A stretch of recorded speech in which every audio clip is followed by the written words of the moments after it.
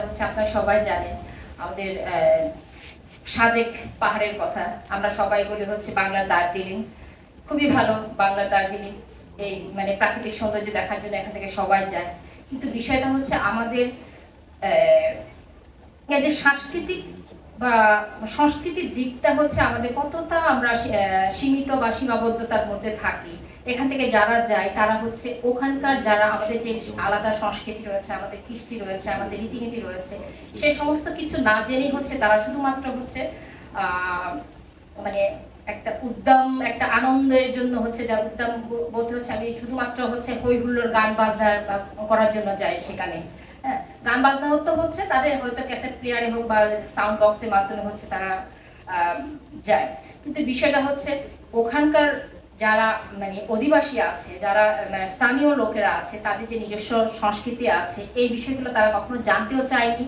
এবং তারা যে সাজেক রিসোর্টে যাচ্ছে, ওই সাজেকে যে এক সময় হচ্ছে অন্য জাতিগোষ্ঠীরা ছিল, হ্যাঁ, তাদেরকে সেখান থেকে উচ্ছেদ করে হচ্ছে সেই মানে আজকে বিনোদন কেন্দ্র বানানো হয়েছে বা সাজেকের যে একটা উন্নয়ন কেন্দ্র করা হয়েছে, এই বিষয়টি কিন্তু কখনো জানতেও চায়নি। হ্যাঁ, এবং সেই মানুষগুলো কোথায় গিয়েছে, তারা তারা তাদের মানে কোনো ক্ষতিপূরণ দেওয়া হয়েছে কিনা, এই বিষয়ে কখনো জানতে চাওয়া হয়নি। তো আমি মনে করি হচ্ছে আমাদের এই দিকগুলো হচ্ছে আমাদেরকে তুলে ধরা দরকার, শুধুমাত্র হচ্ছে সাজেকে সৌন্দর্য দেখার জন্য নয়। আমি যদি যাই প্রকৃত অর্থে হচ্ছে পাহাড়ের সংস্কৃতিকে জানার জন্য হচ্ছে আমার যাওয়া দরকার।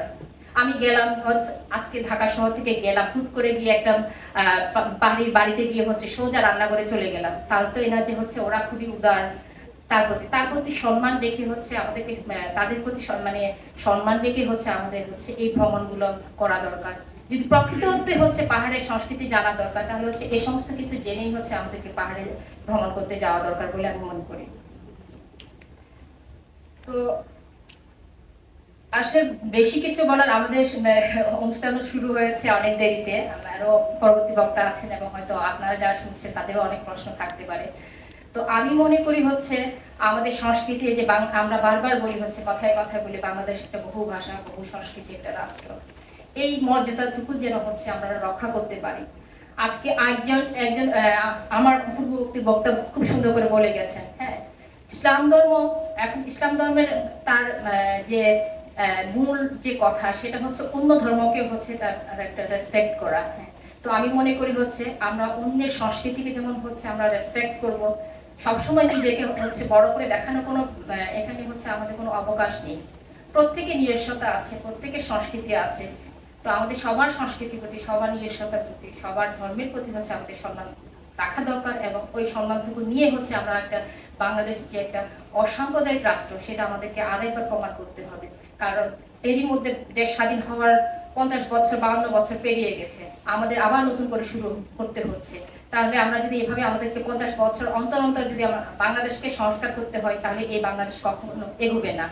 তো আমি মনে করি হচ্ছে এবার থেকে হচ্ছে আমরা নিশ্চয়ই পরস্পরের প্রতি আমরা হচ্ছে সম্মান রেখে, সব ধর্মের বর্ণ মানে নির্বিশেষে সবার প্রতি সম্মান রেখে আমরা হচ্ছে নতুন একটা বাংলাদেশ করব।